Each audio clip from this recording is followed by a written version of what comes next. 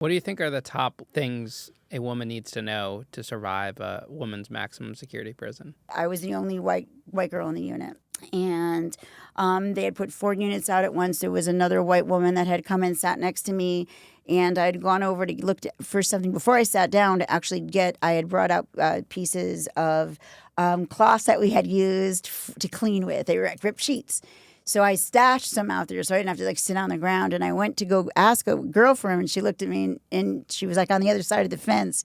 And she was not white, and she looked over at me, and it was very racist. And I didn't understand because I don't feel that way. So she was like, yeah, all right, I'm not giving you shit. And she used some more expletives in there. And I was like, oh, whatever, I'll just sit on the ground. So I'm sitting on the ground, and this girl comes up to me. We had just these taco sauce jars that you got in commissary. Filled like this high, right? So it was empty, and she had filled it with water. And she walked right over to me and took the top off and dumped it right over my top of my head. And it was like, when when you're watching a show and the record scratches and everyone in the room was like, argh! It was like that. It was like everybody got quiet, and all I heard was this cacophony and symphony of, oh, damn, oh, shit, oh, dude, did you see that? You could see this whole symphony of everybody's little expletives come out. And I just sat there, and I'm all wet. My hair is I look like a drowned rat. And I'm sitting, my friend's like, don't do anything. I said, yes, I have to. I can't just not do anything.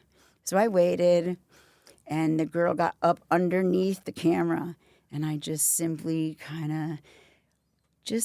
nicely, softly walked behind her. She didn't see me. And when I was right behind her and she was under the camera, I ducked down low and ran full force as fast as I could at the bottom of her legs and took her right up. And she hit the ground. And then it was then you hear everybody oh my, and everyone's flipped out and now they're gathering around us, and she's on the ground, and I'm looking over her, and I know I'm screwed because she's really big. And I just happened to, I got her right off her balance because I'm small. So I got her right behind her knees. And she goes, you really effed up, right? And I said, yep. I'm standing over, and she stood up, and she grabbed my shirt, and she threw me down, knocked the wind out of me. And I opened up my eyes. And now I'm laughing, and she's laughing, and she put her hand out, and we ended up being the closest of friends ever since that day. But nobody ever messed with me again.